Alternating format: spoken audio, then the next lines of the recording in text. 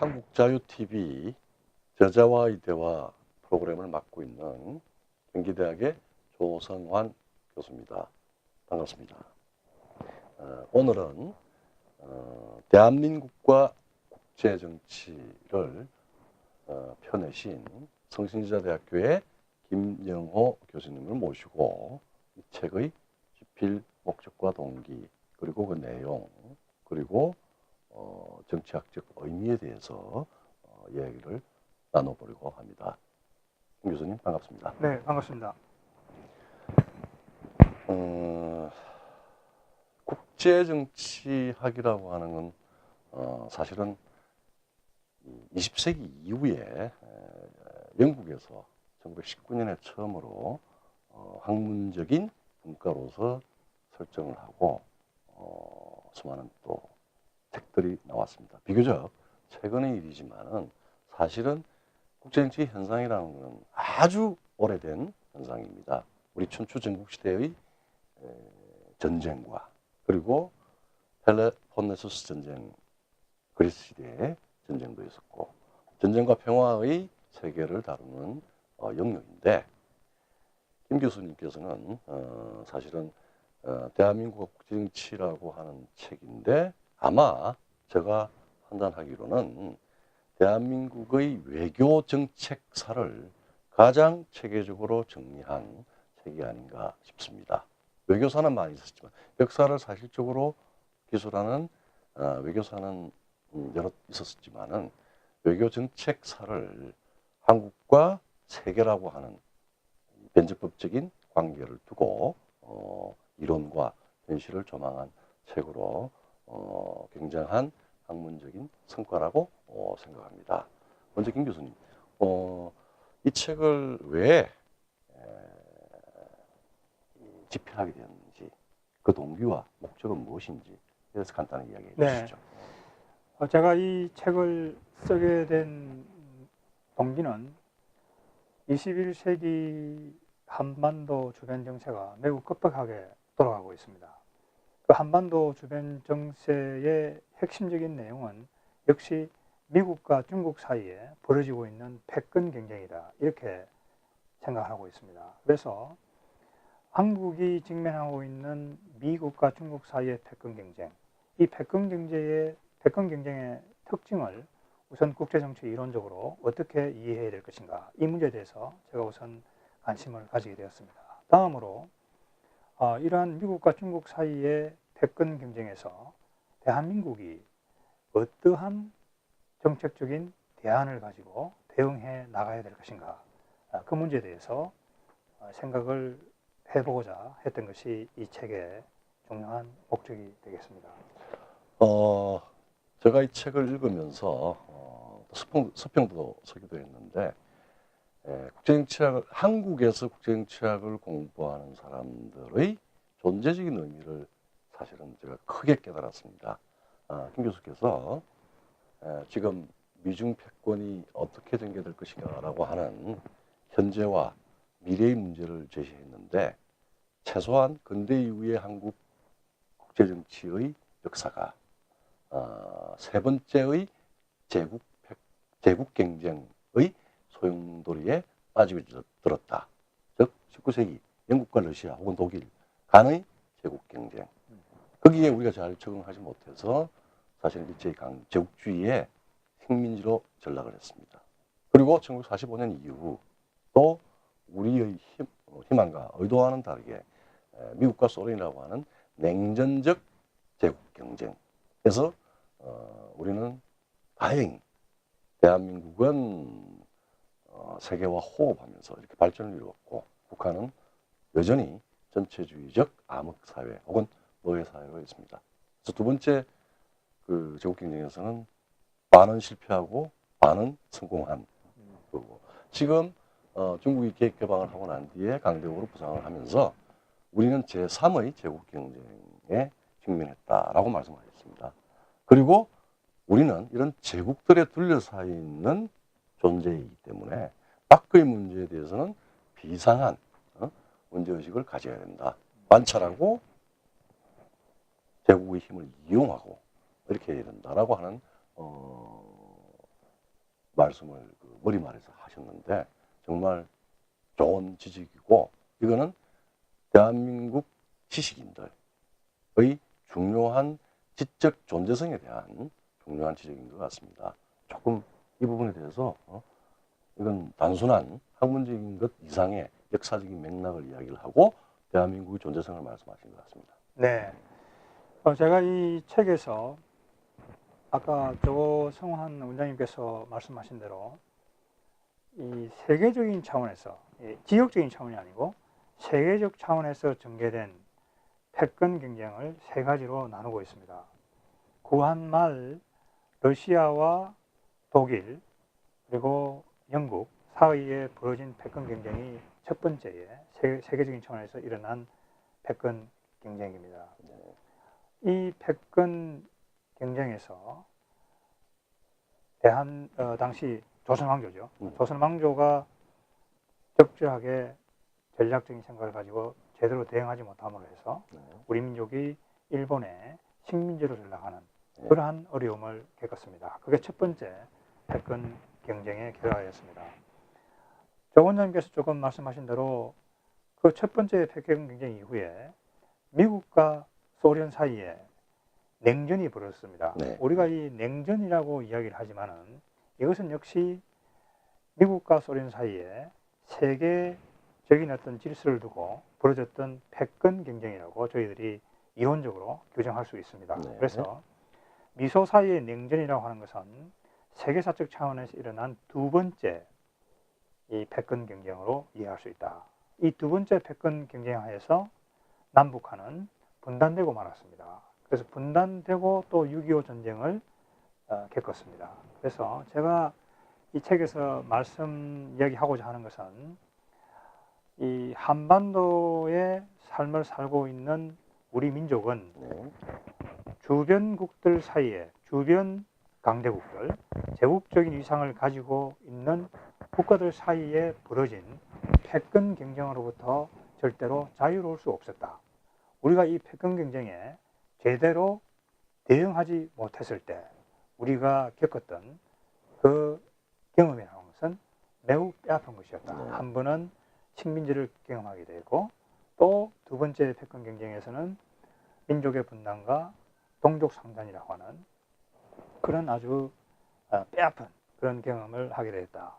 그런데 21세기에는 세 번째 패권 경쟁이 벌어지고 있다. 미국과 중국 사이에 벌어지는 이 패권 경쟁이 그것이다. 그래서 제가 볼 때 우리 대한민국이 21세기에 미국과 중국 사이에 벌어지고 있는 이 패권 경쟁에 그친 파도를 제대로 헤쳐나가지 못한다고 하면 거기에 대한 뚜렷한 전략적인 인식을 가지고 있지 못하다고 한다면 우리는 첫 번째, 두 번째 세계적 차원에서 전개된 패권 경쟁에서 겪었던 어려움을 또다시 겪을 수 있다. 그래서 제가 이 부분을 역사적인 관점과 국제정치 이론적인 관점을 동시에 갖고 우리의 어떤 그런 역사적인 경험과 우리가 또 취해 나가야 될 국가 전략이라든지 우리의 미래의 정책에 대해서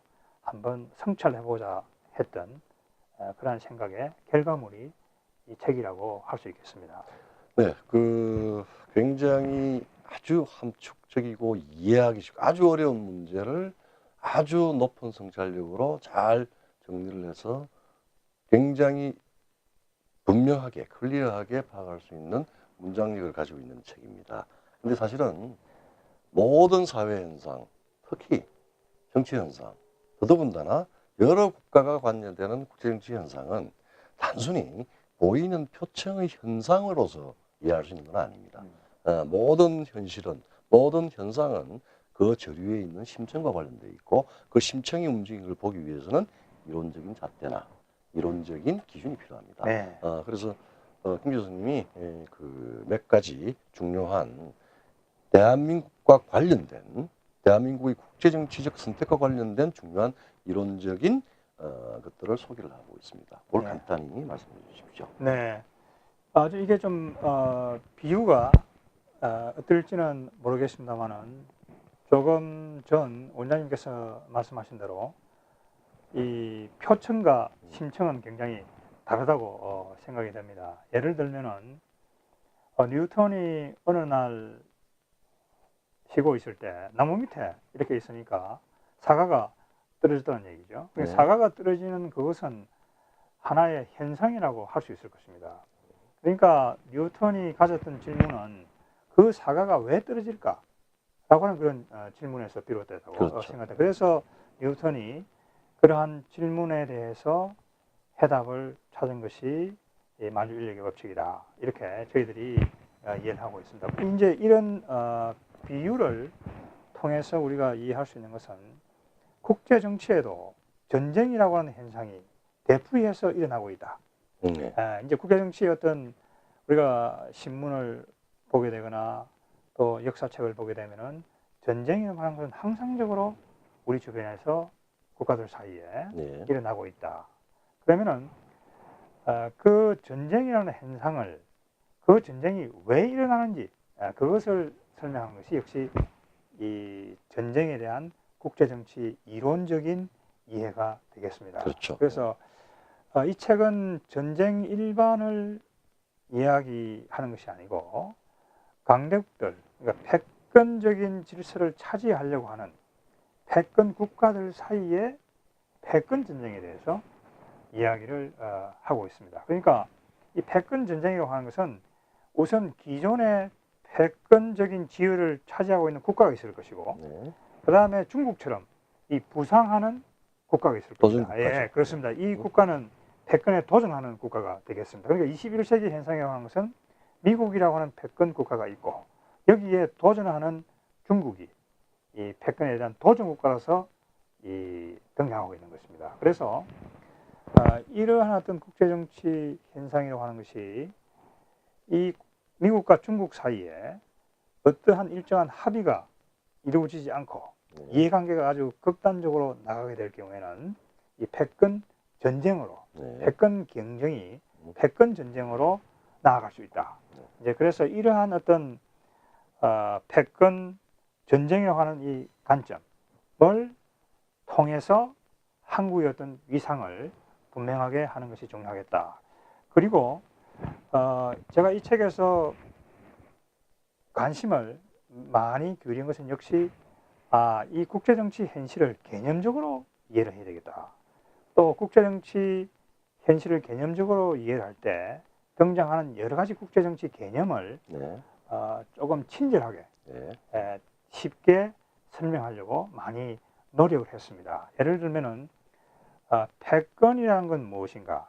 패권 국가란 무엇인가? 그러면 예를 들면 패권 국가라고 하는 것은 국제 정치 질서를 만들어내는 그러한 국가를 이야기합니다. 그러니까 패권 국가는 패권 질서를 만들어낼 뿐만이 아니고 그 패권 질서를 군사력으로 유지할 수 있는 힘과 의지를 가지고 있는 네. 그런 국가다. 예를 들면은 제2차 세계대전 이후에 미국이 패권 국가로 등장을 했습니다. 그러니까 미국이 패권 국가로 등장을 했다고 하는 것은 예를 들면 미국이 추구하는 민주주의, 네. 미국이 추구하는 자유무역 질서, 네. 이런 것들을 질서의 근간으로 해서 네. 미국의 군사력과 경제력을 통해서 그 질서를 유지하고 또 그 질서를 유지할 수 있는 의지를 가진 그런 국가를 저희들이 패권 국가라고 이야기합니다. 그래서 이러한 하나의 패권적인 지위를 가지고 있는 국가가 국제정치 질서를 유지를 할 때는 국제정치 질서가 어느 정도 안정적인 기반을 가지고 있고 네. 한국은 2차 세계대전 이후에 미국이 중심이 된 패권 질서 하에서 민주화를 이루고 네. 경제적인 번영을 달성했다. 이런 점을 제가 분명히 보여주고 있고 그렇지만 지금 21세기는 미국과 중국 사이에 또다시 패권 경쟁이 네. 진행이 되고 있다. 그래서 이 과정에서 이러한 어떤 소용돌이 속에서 한국이 어떠한 국가 전략을 취해야 될 것인지 그런 부분에 대해서도 생각을 해봐야 된다. 이런 예. 이야기를 하고 있습니다. 김 교수님은 사실은 패권 경쟁 이론을 넘어서서 최소한 우리가 1948년 건국 이후에 각 정부가 봉착했었던 여러 가지 외교정책적인 선택에 대해서 설명을 하는데 그 봉쇄 이론 캐논이죠. 예. 5개 중심 국가론. 그다음에 사실 국제 정치 세계의 가장 기본적인 작동 원리가 사실은 세력 균형 네. 이론인데 여기에서 국제 정치의 바둑판에서 우리가 어떤 세력 균형의 선택을 했던가, 거기에 우리가 어떤 위치를 선택했던가, 뭐 이런 이야기를 단순히 이론의 소개가 아니라 생생하게 한국적인 상황의 선택의 고민, 선택할 때의 제약 이런 것들을 잘 설명을 해서 많은 시사점을 가지고 있는 것 같고 또 국제정치의 세계라고 하는 게 단순히 힘과 힘의 대결이 아니라 개인과 주로 이제 지도자죠. 예. 국제정치, 즉 외교정책을 최종적으로 결정하는 대통령이나 혹은 정치 지도자 그리고 국가라고 하는 게 또 동일한 게 아니라서 네. 여러 가지 성격의 국가적인 전체주의 국가도 있고 자유주의 국가도 있고 뭐 또 저개발된 후진국도 있고 이렇게 해서 국가적인 레벨 그리고 또 국제 체제라는 것도 예. 이렇게 다양하게 있어서 이제 왈츠가 이야기하는 세 가지 이미지를 가지고 또 동시에 한국 외교 정책사를 설명할 때 아주 적확하게 이야기를 해주셨던 것 같습니다. 여러분들 국제정치 학도가 한스 모겐서의 Politics Among Nations 국가 간의 그 정치 부제는 아마 전쟁과 평화고 또 뭐 프랑스 레몽 아롱의 Peace and War 국가 간의 전쟁과 평화 뭐 이런 쪽에서 나오는 소위 강대국 중심의 국제정치 이론서에서는 볼 수 없는 한국 대한민국의 고민, 대한민국의 적 선택의 어떤 그 평가, 실패와 성공 이런 것들을 쭉 알 수 있어서 굉장히 입체적으로 대한민국의 입장에서 국정치를 볼 수 있는 그 이론을 만들어서 서술하고 있는 것 같습니다. 그래서 김 교수님께서는 상당히 많은 장에서 미소 패권 경쟁과 대한민국 건국부터 시작해서 세계화와 대한민국의 선택 뭐까지 해서 각 정부의 그 외교 정책의 선택을 이야기를 했는데 뭐 대표적인 것만 해가지고 좀 설명해 주시죠. 예. 제가 대한민국 건국 이후에 우리 정부들이 펼친 외교 정책을 쭉 시기별로 살펴보고 있습니다. 이 외교 정책에 대한 논의는 단순히 외교사적으로 시기별로 살펴보는 것이 아니고 네. 지난 우리 정부들이 취했던 외교 정책 중에서 가장 중요한 정책들을 국제정치 이론적인 관점에서 재해석해 보려고 노력을 했습니다. 이러한 과정에서 제가 한 가지 내린 결론은 이 해방 이후에 대한민국이라고 하는 이 존재는 국제정치와는 절대적으로 분리될 수 없다. 네. 그래서 역시 이승만 박사가 대한민국을 건국할 때 네. 이승만 박사와 같은 국제정치적인 해안을 가진 지도자가 있었기 때문에 네. 미국과 소련 사이의 냉전, 네. 패권 경쟁이라고 하는 소용돌이 속에서 네. 대한민국이 건국될 수 있었다. 이렇게 생각이 듭니다. 네. 다음으로 제가 6.25 전쟁에 대해서도 이야기하고 있는데 이 6.25 전쟁은 북한의 남침에 의해서 시작되었습니다. 김일성은 물론 그 전쟁에 대해서 책임을 회피할 수는 없겠죠. 그런데 이 전쟁이라고 하는 것이 단순히 남북 관계 차원에서만 볼 수 있는 것이 아니다. 네. 이건 역시 6.25 전쟁이라고 하는 것도 미국과 소련이라고 하는 어떤 패권 경쟁적인 차원, 이 패권 전쟁적인 차원, 이러한 어떤 각도에서 볼 때 이 6.25 전쟁의 전체상이 드러나는 것이 아닌가. 저희들은 그러니까 이 6.25 전쟁이라고 하는 것을 서울과 평양의 입장에서만 봐서는 이 전체성이 안 된다. 그렇죠. 그래서 저희들이 동경으로 가야 되고 도쿄로 가야 되고 와싱턴으로 가야 되고 모스크바도 가야 되고 베이징으로 가야 되고 이 어떤 6.25 전쟁이라고 하는 것을 이 미국과 소련 사이의 어떤 패권 전쟁에 관한 한 부분으로 그 관점에서 이해될 때 이 전쟁도 더욱 잘 이해될 수 있을 것이다. 이러한 관점에서 이 어떤 한국 지난 정부들의 외교 정책의 중요한 사항들을 이야기하고 있습니다. 그게 참 아쉬운 게 최근에 우리가 아주 얼토당토하는 교과서도 있죠. 네. 마치 우리가 우리 내부의 정치 상황과 우리 내부의 중요한 운명을 결정하는 결정이 예.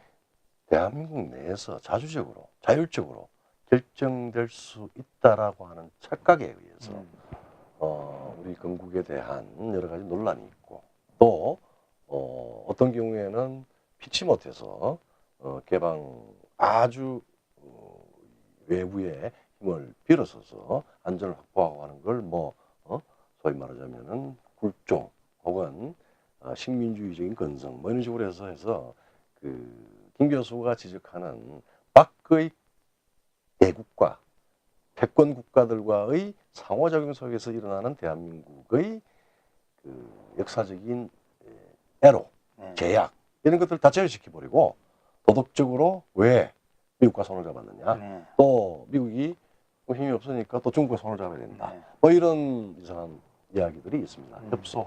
협의하고 협소하고 혹은 비근관계적인 판단이 있는데 그런 측면에서는 국제정치의 세계는 아주 엄밀한 엄혹한 현실의 세계고 강대국에 대한 관찰이 예리하지 않으면 우리가 자존을 확보할 수 없다라고 저는 이해를 했습니다. 그리고 다른 여러 가지 중에서 한 4가지 정도는 좀 재미있는 이야기인데 한국의 북방 정책을 외교혁명이라고 말씀드렸습니다. 네. 그리고 김대중 정부의 햇볕 정책을 냉전구조 해체론으로 소개를 하고 그것이 가지고 있는 여러 가지 한계를 잘 지적을 하셨습니다. 그리고 노무현 대통령의 동북아 균형자론, 허장성사, 외교적 허장성세라고 말씀도 하셨고, 그 다음에 또 이제 그 이후에 독특한 김 교수님이 주장하는 한반도형 헬싱키 프로세스 이 4가지가 있는데 이건 사실은 최근에 우리가 남북 문제든 또는 중미 패권 이 부분에 대해서 우리가 어떤 입장을 취해야 되는 것 관련해서 중요한 역사적인 교훈을 얻을 수 있는 성공과 실패가 동시에 있는 한국의 주요 정부의 외교정책사였습니다. 그걸 간단하게 좀 설명해 주시죠. 제가 말씀드리고 싶은 것은 이러한 어떤 강대국들에 의해 둘러싸여 있는 대한민국의 외교 정책은 대단히 현실주의적인 입장을 가져야 된다.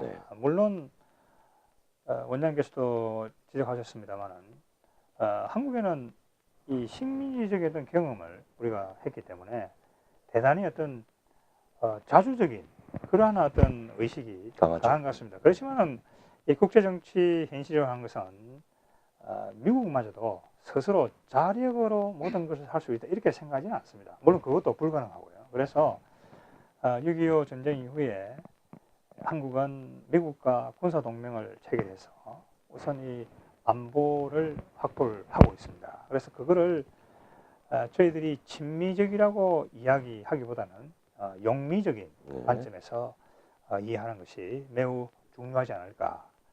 그 다음에 이 지난 정부들의 외교 정책을 볼 때 역시 이데올로기보다는 매우 실용주의적이고 국가 이익을 중시하는 그런 관점이 매우 중요하다 이런 생각을 하게 되었습니다. 그래서 이런 실용주의적인 입장에 있어서 우리의 대외 정책을 펴 나가는 것이 매우 중요하다. 그래서 아까 말씀하신 대로 21세기 미국과 중국 사이의 패권 경쟁이 진행되고 있는 상태에서는 한국의 정치적인 정치적인 안정과 경제적인 번영을 보장해준 이 한미동맹을 우선 건강을 해야 된다. 이 한미동맹을 더욱 공고히 다져나갈 필요가 있다. 이렇게 생각이 듭니다. 이 한미동맹을 바탕으로 해서 21세기 미국과 중국 사이에 벌어지고 있는 이 패권 경쟁에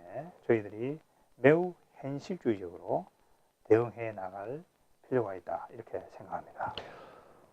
일부 자주를 주장하는 사람들은 우리가 마치 한미동맹 혹은 뭐 자본주의 시장 이렇게 해서 미국의 무슨 식민지로 전락한다라고 하는 선전을 이야기를 하고 환상을 자꾸 집어넣고 선동을 하고 있는데 한미동맹이 근간이 된다라고 하는 것은 미국의 강요에 의한 게 아니라 우리의 필요와 선택에 의한 부분이 굉장히 많은 것 같은데 한미동맹의 구체적인 대한민국이 용미를 해서 한미동맹을 축으로 안정과 번영을 확보한다라고 하는 김 교수의 말씀을 좀 구체적으로 풀어서 말씀을 해주시면은 이 동맹에 대한 이념적인 생각, 이데올로기적인 매도나 이런 오해를 좀 풀어갈 수 있을 것 같은데. 예. 제가 볼 때 이 국제 정치를 현실주의로 본다라고 하는 걸 제가 이 책과 관련해서 좀 말씀을 드리겠습니다.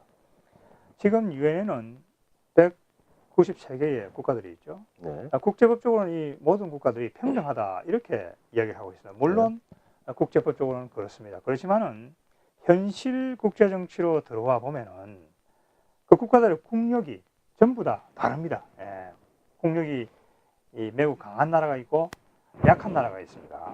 그렇기 때문에 제가 이 책에서 이 패권 경쟁, 패권 전쟁, 이 패권 질서라고 이 개념을 들고 나오는 것은 국제 정치라고 하는 것은 현실적으로 볼 때는 불평등하다. 네. 그러니까 국제 정치라고 하는 것은 위계성이 있을 수밖에 없다.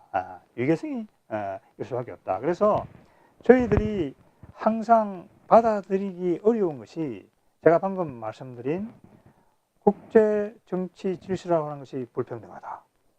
국가들 사이의 관계라고 하는 것은 현실적으로 봐서는 매우 불평등하다. 이런 것들을 아마 받아들이기가 굉장히 어려운 것 같습니다. 네. 그렇지만은 제가 볼 때 이 국제 정치 현실은 엄연히 국가들 사이의 어떤 국력의 차이 때문에 불평등할 수밖에 없다. 이 불평등하다는 것을 현실적으로 인정하지 않는 한 제대로 된 국가 전략을 대외 정책을 수행해 나갈 수 없다. 특히 한국처럼 이 국력이 약한 나라는 이 점을 특히 외교 정책을 결정하는 국가 지도자가 이 점을 냉정하게 이해하고 국민들에게 항상 주지시키는 것이 필요하다. 이 국가들 사이의 힘이 불평등함에도 불구하고 마치 강대국가 제국적인 이상을 가지고 있는 국가가 힘이 비슷한 것처럼 뭔가를 해야 된다라고 생각하고 정책을 편다고 한다면은 그것은 대단히 유토피아적인 그런 하나의 비현실적인 결과를 가져올 수 있고 그것은 국가 안보에 국민들의 어떤 생존에 커다란 위험을 초래할 수밖에 없다 이렇게 생각합니다. 사실은 국제정치 현실주의라고 하는 것은 사실 강대국의 논리라고 이야기를 하는데 강대국의 논리를 이해한다는 거하고 우리가 거기에 대응한다라고 하는 것은 조금 다른 차이가 있는 것 같습니다. 김 교수님께서 아마 김 교수님이 책에서 지적하고 난 뒤에 유행이 됐는데 지금 우리는 국내적으로 상당한 혼란과 또 대외 국제정치 질서의 급변 속에서 굉장한 위기에 빠져 있는 것은 사실입니다. 근데 많은 나라를 걱정하는 분들이 미중 패권 경쟁기에 혹시 혹여나 구한말과 같은 그런 비극이 되풀이되지 않을까. 소위 말하는 고래싸움에 새우등이 터지는 새우 컴플렉스를 가지고 있습니다. 그런 이야기를 하는데 김 교수님께서는 물론 강대국의 힘이 격렬하게 급전하고 있기는 하지만은 지금의 대한민국은 물론 아직까지 분단이 되어 있지만은 지금의 대한민국은 세계 경제력 10위권, 군사력 7, 8위권, 그리고 중요한 과학기술 능력 뭐 등등 해서 이제는 구한말과 다른 위상에 있다. 충분히 경쟁에도 불구하고 우리가 비극으로 빠지는 게 아니라 그 속에서 기회를 포착할 수 있다라고 이야기를 해서 비유적으로 메타포를 쓰였습니다. 새우 컴플렉스보다는 거인고래들이 활보하는 미, 중, 러, 1. 그 고래들 사이에 우리는 명민한 돌고래의 대외 정책을 작성할 수 있지 않느냐. 그렇기 위해서는 국내적으로 지금 갈등하고 있는 요소를 극복을 하고 국가적인 국민적인 통합을 했을 경우에 우리는 우리 앞날은 그렇게 암담한 것이 아니라 중요한 기회를 포착할 수 있다라고 하는 말씀을 했습니다. 그 부분에 대해서 조금 말씀해 주시죠. 네. 돌고래 외교죠. 예. 그러니까 방금 말씀하신 대로 구한말 이후 이 조선과 한국을 묘사하는 속담이죠, 그죠? 네. 예. 이 조선은 고래 싸움에 등 터지는 새우다. 네. 예. 그렇지만은 21세기 대한민국은 국제 정치의 주연급은 아니지만은 조연급 정도는 된다고 봐야 되겠습니다. 물론 구한말에는 저희들이 국제 정치의 엑스트라로서 주변 강대국들에 의해서 이리저리 휘둘리는 그런 하나의 어려움을 겪었습니다.